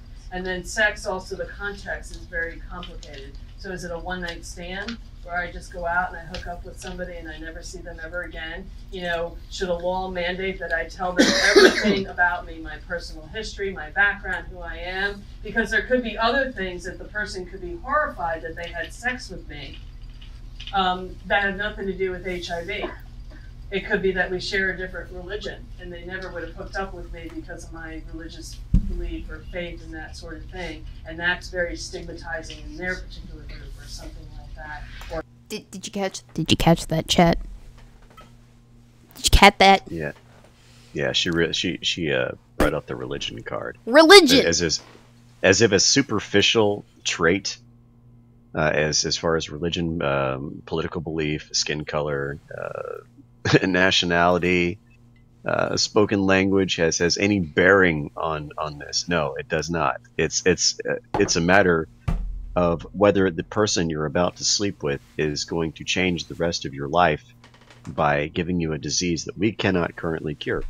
As if the ethereal sky daddy is as directly effectual as your venereal disease status at that current moment, regardless of your viral load levels. This woman is arguing to decriminalize spreading a life-threatening disease on behalf of her community, nothing more. Anyway, continuing on. Or it could be that I live with a severe mental illness and I didn't disclose to them that I live with schizophrenia because I'm afraid that they're going to reject me. I would reject someone who has schizophrenia. You never put your dick in crazy, ladies and gentlemen, and that is something that I will die on the hill for. I promise you. Never put your dick in crazy. Right? It's been a life lesson from Weebo. Continuing on. In that sense. But the consent is a great thing, particularly with the law, because a lot of laws are based on is something consensual and what does that mean and how do we break it down. And so Canada is an interesting country because theirs is all based on that whole kind of argument where they argue it's not informed consent because of that. Yes. So I'm just curious, so I understand you. Oh, by the way, this is Balik. Everyone say hi to Balik. He can't hear you, but that's Balik, I promise you. The guy with the hand. The guy with the hand. The man who sprays vinegar at me while I'm live streaming. The talking and nearly hand. blinding you. The talking hand. Okay, I have a question. What? Does this mean South Park was truly correct after all, and that we should indeed blame Canada? Blame Canada. Yes. Actually, no, I think Canada's got it right in that they have an actual definition for what constitutes as a consenting adult thing with the rape stuff, with this stuff, you know? But, she's not from Canada, she's from Indiana. I think. Indiana doesn't even have a Canadian accent.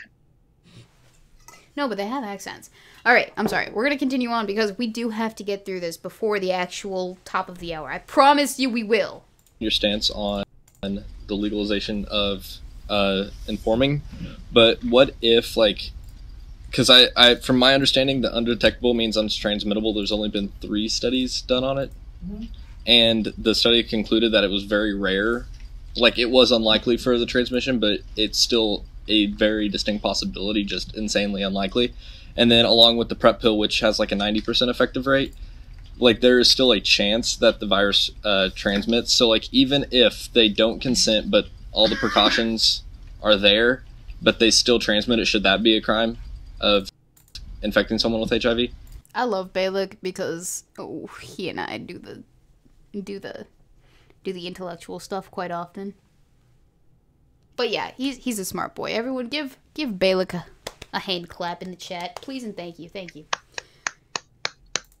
So the stance of the advocacy, world around this is that it should only be a crime if a person intended to harm another person. So it's the motive factor comes in, and then the question is, let's say I intended to pass on HIV. Okay, I intend to harm you by giving you HIV. Pause. Murder is still a crime even if you didn't intend to actually accidentally kill somebody. Just want to put that out there. Alright, so are you advocating for manslaughter to be decriminalized? Bitch! Well, unless your name's Dick Cheney, then it's just a hunting accident. You don't understand. If he walks into the public square and starts randomly discharging a firearm without any intent to hurt anyone, anybody who catches around there's going to be charges against them. I mean, yeah. When I took when I took the concealed carry course, the thing that was drilled into us over and over and over and over and over again was that you're responsible for wherever that round goes as soon as it leaves your weapon. Regardless of whether or not you intended to actually hit what it was that you accidentally hit or aimed at. Yeah, I didn't intend to hit that birthday clown back there. I was just aiming for the bad guy. I mean, in the army, it's in the army they said, "What's your next step if you can't account for that bullet you just fired?" ? Answer: jail. Exactly. Yeah, I mean, like in self-defense, that's why you are supposed to do your research. All right, what caliber am I carrying? Okay, what round won't over-penetrate and hit little Susie in the back of the fucking head after I shoot training. Exactly. Training above all matters, but it's not the determining factor for whether or not you actually killed that somebody and whether or not you should go to jail for killing that person. It is the aggravating factor. It's like if you were to assault someone who is elderly, as if you were assaulting somebody with a weapon. That is an aggravating factor that allots you more jail time. Sure, we can determine whether or not intent should be included in the law for HIV status passing it on, but I think it should still be criminalized if you don't disclose your HIV status and you are aware of it to your sex partner. Sorry, but that's where we fundamentally disagree. And I'm going to continue, all right, before we can take more time. Then the question, so that usually that's the first question that's asked, is something going to be subject to the criminal law? And if the answer to that is yes, then the question is, did harm actually happen? And whether or not harm actually happened is going to make a difference on the outcome and the punishment. And then if harm happened, then what should the punishment be? So let's say I intended to pass on HIV, and you get HIV. So now you're living the rest of your life with HIV. Let me ask all of you, what should be the punishment? What do you think? Should it be a misdemeanor? Should it be a felony? Should it be 25 years in prison? Should it be a sex offender list? Just any thoughts? I mean, there's no easy answer here, but I just... There is an easy answer. Yeah. There is an easy answer because it's 25 years. 25 years. You give someone that type of disease where you make an example of enough people that think, oh, it's no big deal. Guess what? That's a deterrent. I want to play devil's advocate real quick. Yeah. What if the person A transmits to person B does not know they have it and transmits it to another person? Does that mean person B should get persecuted, or does person A get a double? Well, no, I think the issue here is if you are aware of your HIV status and you do not disclose it to the person, and nothing comes of it inherently. So here's like kind of a simplified layout of exactly what issue it is that she's posing to people versus the actual issue itself. If you have HIV, you are aware that you have HIV, you want to have sex with a person, but you do not disclose your status of having HIV with said person, and nothing happens, do you get charged with not disclosing to that person when they find out later, if they find out later? I would argue yes, because you're still putting that person at risk. Although it is, an area that I'm open to having debate with, because it would act. I'm not saying that I'm open to changing my mind, but I am saying that I would be open to having like a one-on-one with this woman, because I didn't get a one-on-one, all right? I was in a room full of other people that were probably a little bit more sympathetic to her than with me. And so I had to be a little bit less antagonistic in my questioning of her, which is why you kind of hear me say, offering allowances, not being as aggressive as I usually am in my line of questioning. Weebo can be a good girl. You seem to be pulling your punches. I was so mellow, I guess is the word, because I'm not usually like that when it comes to something like this. I have opinions on this matter, obviously. 2 years after the fact, I'm still pissed the fuck off that I didn't get to ask as many questions as I wanted to. But I am pulling my punches, and I am trying to give her the benefit of the doubt in the sense, allow for some wiggle room or whatever. I am recording this because I do have the intent to be like, this is some knocked up, fucked up, what the fuck shit type nonsense that we're going through. But obviously it's been years since I actually went to this talk, so I don't know where I was going with that line of thinking. So I basically just said that knowing everybody's answers to set up another question. I personally do believe that if you know you have HIV and you don't tell somebody and you transmit it on, that should be 25 to life. That is murder. Also, in the same vein, if you argue that, then accidentally transmitting to somebody when you did not know you had it in the first place, it could be argued that that should be manslaughter because it's still an accidental killing. See, in this instance, I would actually want to pass this off to someone who is not me, I'm not educated fully in legal precedent, in what the legal bounds of the laws are. Inherently, for Indiana at least, I am in Illinois, but I don't feel educated enough to actually give you a legitimate answer based off of, factual stuff. I feel like, if I pass this on to Rakita Law, I think this would be really cool. Actually, you know what? I think I will. I'll give it to him. I'll send it out to him. It'll be interesting. He can have a fun old time. I'll give him the audio, see what happens with it. I don't know. Just, maybe tweet it out to him at some point when I do that. It'd be interesting to hear his take as an actual lawyer on this particular subject. So I think, okay, we're going to play it now because we have less than half an hour. Recap. So I'm playing off his question about, should it be a crime? So I intend to pass it on. It passes on. And then, so now what should be the punishment? What happens with hepatitis B? Hepatitis B? Or C, whichever one that is on. Well, in Indiana, our law is not based on intent. So intent doesn't matter, just it's based on disclosure. So that's all these laws are based on that. But to where California just modernized their laws, and what they did is they decriminalized, and it's based on intent. So for them, it's a misdemeanor. And part of this is, again, is that you're talking about consensual sex. Two adults who made a decision to have sex. They didn't have to have sex. The other person could have made a decision to not have sex. The other person could have insisted to use condoms. The other person could have taken PrEP, as you said. So there's all these other, in terms of what can happen here. And then there's the larger kind of public health approach. I want to pause it here because she just said, assuming that person took the impetus to, take PrEP. That's assuming that they knew the risk. That they had to take PrEP. Because you don't take PrEP just because you want to take PrEP. You take PrEP if there is a risk, and however marginal, of you contracting HIV/AIDS because you suspect your partner of having said HIV/AIDS, and you think, oh, I might get it too as a result of having sex with this person.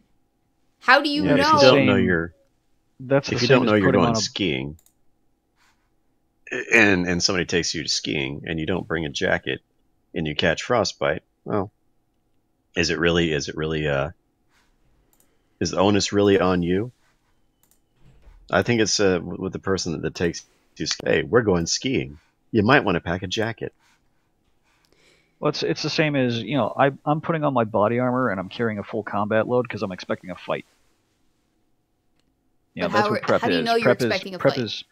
Well, in this case, it's because I know I'm on a combat mission. So with the analogy, what I mean is when you take PrEP, that means there's a potential risk that you're taking precautions against. Even if it's under 1%, there's still a risk. And so both parties in that case are being responsible because, again, the other party has informed consent because they are taking the PrEP medication. Oh, and okay, hang on, pause, because I just looked it up because Eve talked about it in the chat. She said that shit is super expensive too. I'm looking at it right now, and the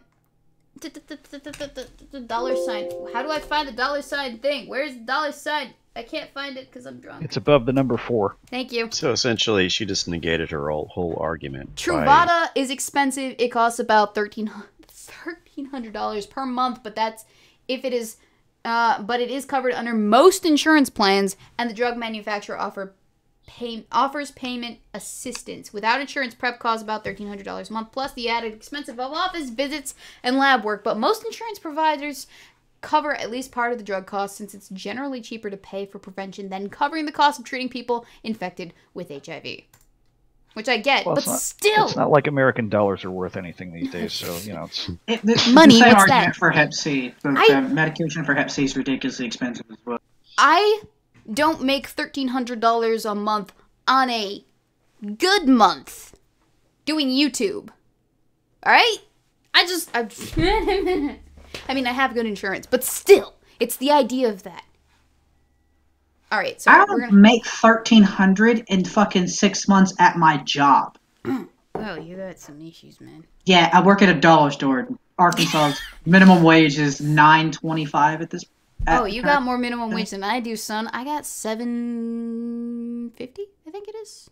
Ours was $8.50, but by 2021 it'll be like $10. Hang on, I gotta check how much I make every month because I think they gave me a pay raise of like 25 cents. Ms. Weebo, squirrel. It's $7.75 that I make, so it was $7.50, but then they gave me a $25 or 25. Oh, I love $25, but 25-cent pay boost after the last year that I was working. So, suck my piece. The fizz is strong with this one. I'm almost done, man. Look at this. That's all I got, and it looks like P2. That's fun too. All right, we're playing it. What are we doing here? Is this punishment or is this a public health measure? The laws were initially created as a public health measure. They do nothing to prevent the spread of HIV. All they do is punish. And if it's punishment, and that's what people want to do, is punish people who are living with HIV, then they can do that. So in our view, it doesn't matter what your health status is. It doesn't matter whether you're detectable, you're undetectable. The laws are fundamentally flawed because they don't take into account that intent to harm and whether harm actually occurred.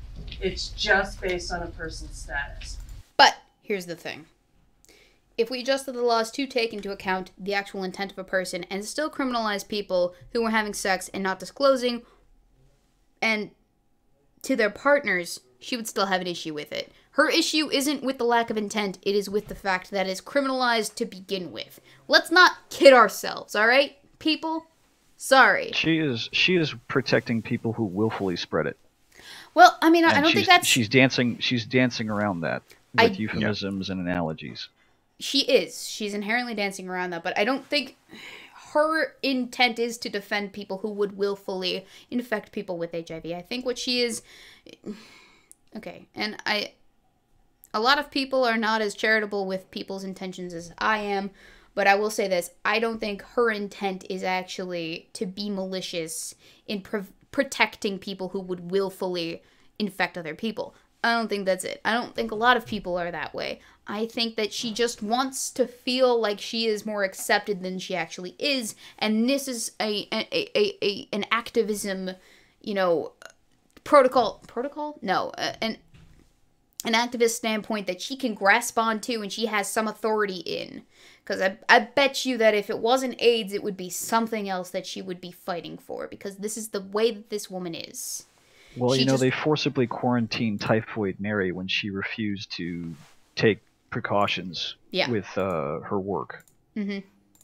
They did, and that was because even though she wasn't actually exhibiting any symptoms or signs or whatever, she was the carrier for typhoid. She was the person infecting all of these other people. And because, even though her status made her different, or no, not even though, her status did make her different. So yeah, she was treated differently because she also refused to take precautions. And it is important that you take precautions when you understand that you have this added level of responsibility to your status as a human being. I'm sorry, I don't make the rules. Life isn't always 100%, fair for everybody. That's just the way that it is. So if you have to take extra precautions in order to not be a dick human being to other human beings, whatever. Deal with it. I have to adhere to the rest of the standards of society and the fact that I am not tall enough to reach a lot of things that other people have. Alright? You don't see me complaining. But that's... Well, you just need to do like in that story where, fast people have chains attached to them, smart people have, loud noises broadcast at them. Kurt Vonnegut was onto something about making things fair. Equity by any means necessary. Well, anyway, okay, so I'm gonna speed it up. I hope that this works. If I speed it up for me, does it also speed up for you? Do you think? Because we are in the last 15 minutes of this, so I'm going to speed it up a little bit. Hopefully this works. Because we have just over just under 10 minutes left on this. So you have the disclosure laws, but you also have like the attempting to donate blood or plasma. And then you have the sentence enhancement laws. And sentence enhancement, I mean, those are also in cases where you're talking about body fluids that don't even transmit HIV.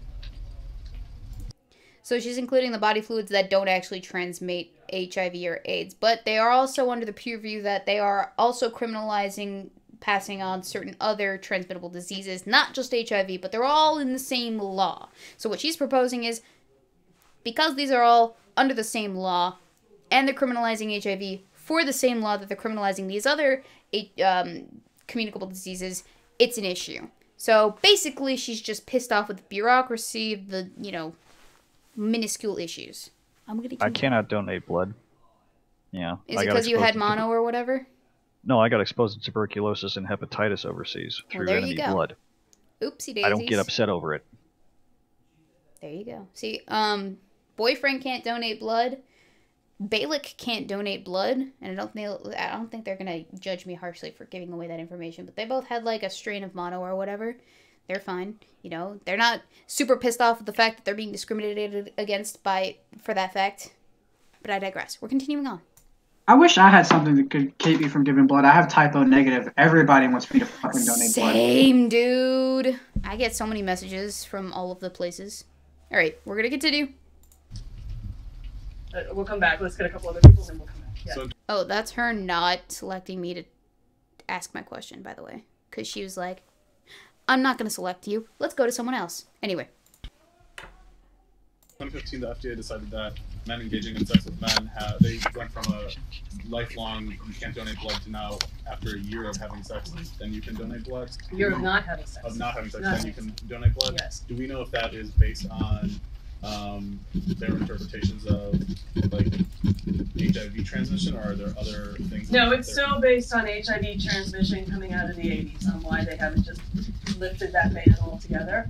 It's still this fear, what if they have HIV and they're going to transmit HIV? And it makes absolutely no sense, because all the blood is tested. All the blood is tested. So from a blood donation side, you would want the more people that you can get donating that blood. And so you're restricting this whole pool of potential population. And then that's another case. People lie all the time when they go to donate, particularly plasma, for money.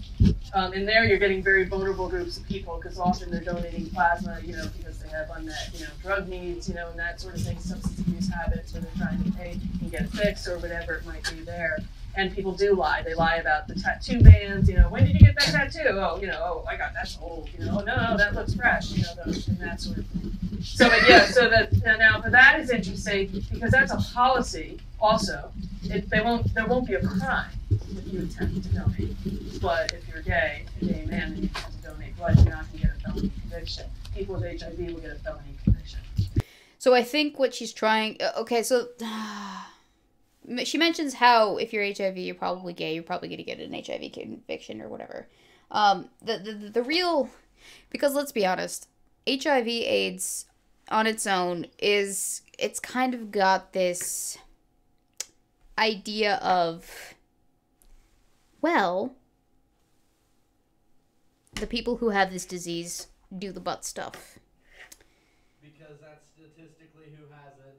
Thank you, Balik. Did you guys hear that? Yeah. Yep. Would you like to join us on this discussion? Balik is wrong for stating hate facts. What was that, Balik? He can't. His wrong think is offensive. I would like to point out that it seems like a really big deflection bringing up the tattoo ban.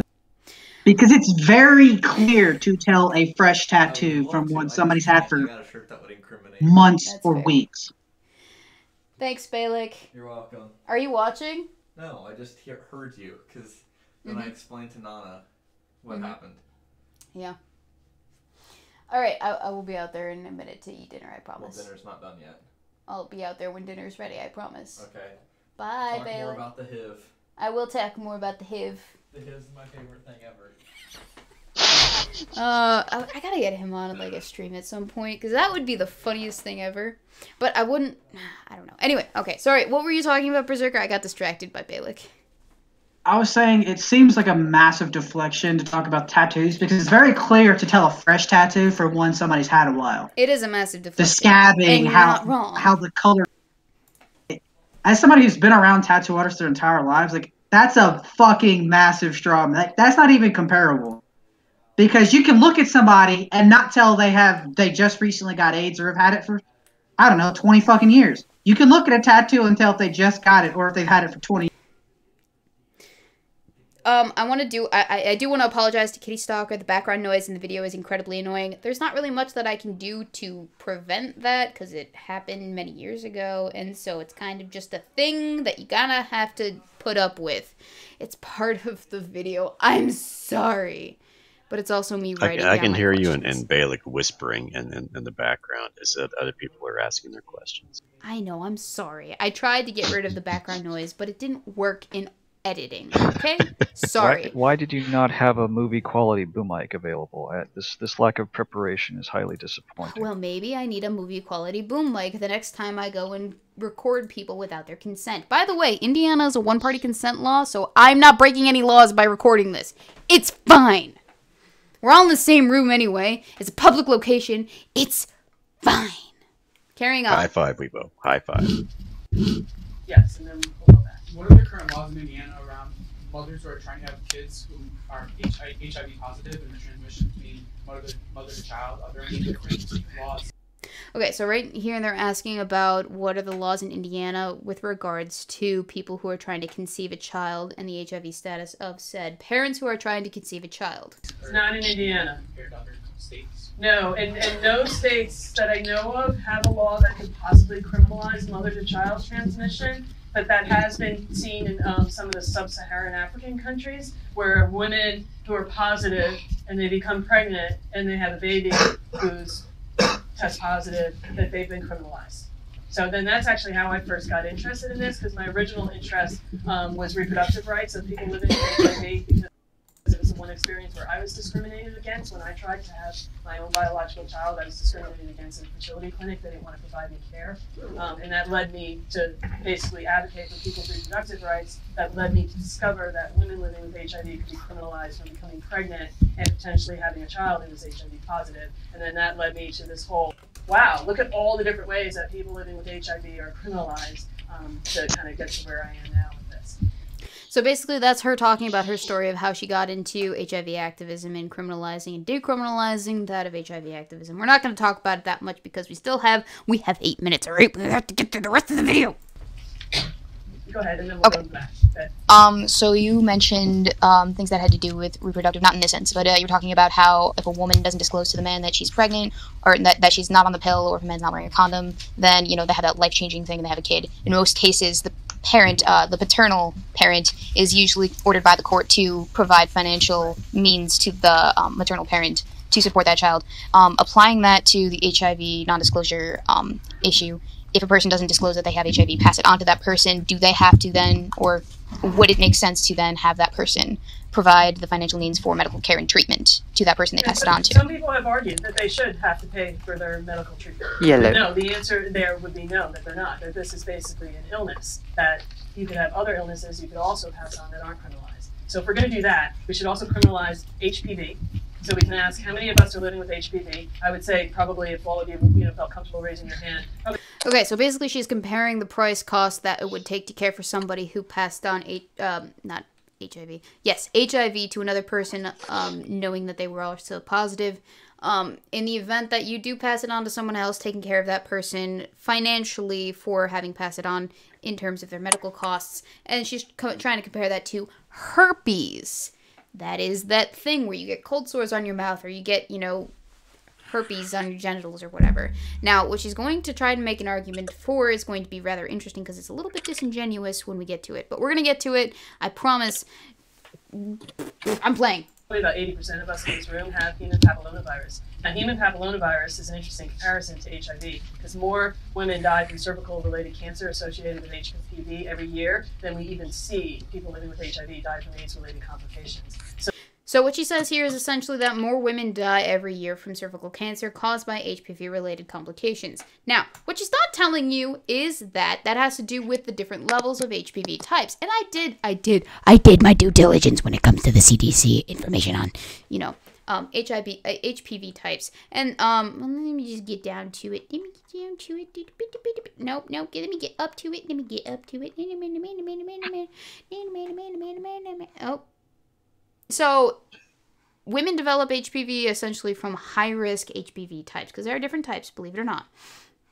But what she's also not telling you, and for whatever reason why it's not coming up, is that about 10% of all HPV high-risk infections can lead to cancer. I'm pretty sure. Yeah, about 10% of women with high-risk HPV on their cervix will develop long-lasting HPV infections that put them at risk for cervical cancer. So yes, while most cervical cancer deaths happen as a result of having contracted HPV, most HPV contractions do not result in cervical cancer. That's the difference. HIV results in HIV, resulting in high medical costs. Prohibitively expensive preventive medications as well. Exactly. Because even cancer is just cancer. That's all you're getting is cancer. Exactly. With HIV, it opens the door for everything else in the world to just come in and wreak havoc on your body because you have no immune system. Exactly. Essentially, she is comparing apples to oranges. Hello, Eve. I would love to talk right now, but we have 3 minutes left to go through the rest of this audio. I apologize. I'm glad I can't hear it again. Okay, ready? So there's the other point there that HIV is being treated differently. So you're creating this like viral underclass because of HIV, and it's not being treated similarly to other STDs. Now, some places like California, when they changed their law, they got rid of the HIV felony law, and they subsumed HIV under their other STDs, because they do have STD non-disclosure and intent to pass it on as a crime, but it's only a misdemeanor. So they treated it like the other STIs. And in Indiana, we don't have a law like that.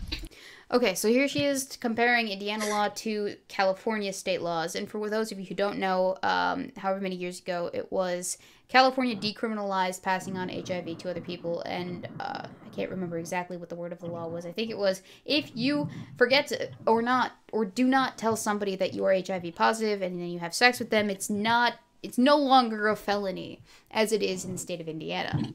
Anyway, I am playing the rest of it. The stance is that no disease, nobody living with the disease because of their disease should be criminalized. But that would be discriminatory based upon a person's health status. Violates the ADA, all this sort of thing. So we can't just assume, and we wouldn't want to suddenly say, well, let's criminalize all the people with hepatitis, or human papillomavirus, or herpes. It's another one as well that normally doesn't have major consequences, but can, particularly for women. So I have a follow-up question Yes, with regards to that. Okay, sorry, I don't want to dominate. Right. So in the instance of HIV versus HPV or herpes you mentioned, I would assume that the cost of treating HIV is a lot greater than, say, herpes treatment, correct? Herpes, yes, but I wouldn't say human papillomavirus if you get cervical cancer. Well, assuming you don't get cervical cancer. The cost is a lot. In some way, you could also say, like, for example, the cost of hepatitis C to treat that is much higher than the cost to treat HIV. So some illnesses are much higher than HIV because HIV is much more manageable. So the cure for hepatitis C right now is outrageously expensive. There is a cure, but it's outrageously expensive. But there is a cure! There is a cure! So it's a one-time cost! Whereas this HIV, as of right now, because we've only had 2 people being cured, it is a lifetime accruance of medical expenses that you have to handle, and then in the event that you actually do catch any of the diseases, because your viral load is above detectable levels, because you can't freaking. Sorry, continue, Berserker. You were going to say something. Yeah, I was going to say it earlier, but this actually gives me a better point. Bringing up HPV is an attempt to be like, oh my god, this horrible thing, this thing leads to, oh my god, cancer, the worst thing ever, when you could have brought up staph. Staph and HPV are more relatable than HPV and fucking AIDS. Because everybody carries staph in their body. So how you get a staph infection is when you get somebody else's in your body.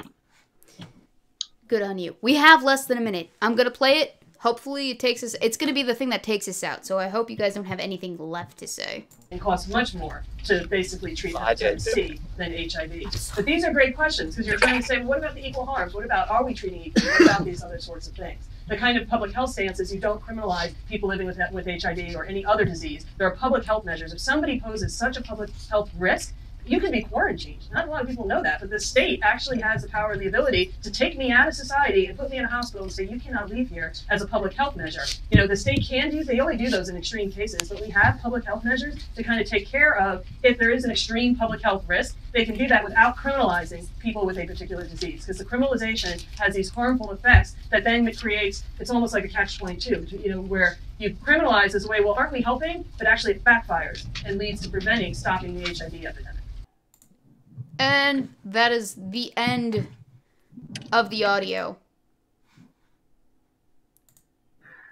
She has an agenda already, it's clear, because she's got a personal beef against it. So conflicting interests. She's not doing it from a point of altruism. She's not doing it from a point of compassion. Because again, nobody with a ongoing disease should be criminalized. That's absolutely true. However, when somebody knowingly transmits that disease, now we have a problem. Exactly. So I guess the last thing that I want to end on is essentially, she makes the point. Oh wow, I'm very, very intoxicated because I can't remember what I was going to make the point about. God fucking damn it. The difference between HPV, AIDS, AD, herpes, etc. She's trying to make it sound like it's no big deal. Mm-hmm. Because now we have these medications, not conveniently omitting the fact that these medications will bankrupt normal people. That was my rage experience with the HIV lady, ladies and gentlemen. I hope that you and I learned something new today. I apologize if we're buffering, apparently. Oh, well, that's fine. Good thing we're ending the stream. We're actually overtime. I'm sorry that we took it up until the last second. I do wish that I could have gotten you guys to talk a little bit more about that ending little bit, but as per usual, Weebo has Weeboisms in the bag. We're getting better at it, though. I promise. We actually got to all of the links that I wanted to get to. On a closing note, thank you, chat, for showing up. Thank you, my co-hosts and stream guests, for showing up. Thank you, HIV lady, for giving me all of that lovely, juicy dialogue. I don't know what you're talking about. My stream is 100% completely fine. It's not an issue. I can totally alter the streaming output. It's fine. It's fine. Apparently the stream quality is really bad. That's a YouTube thing. I can't really do very much else. It was fine until 5 seconds ago. We're fine. We're all fine here now. How are you? I'm good.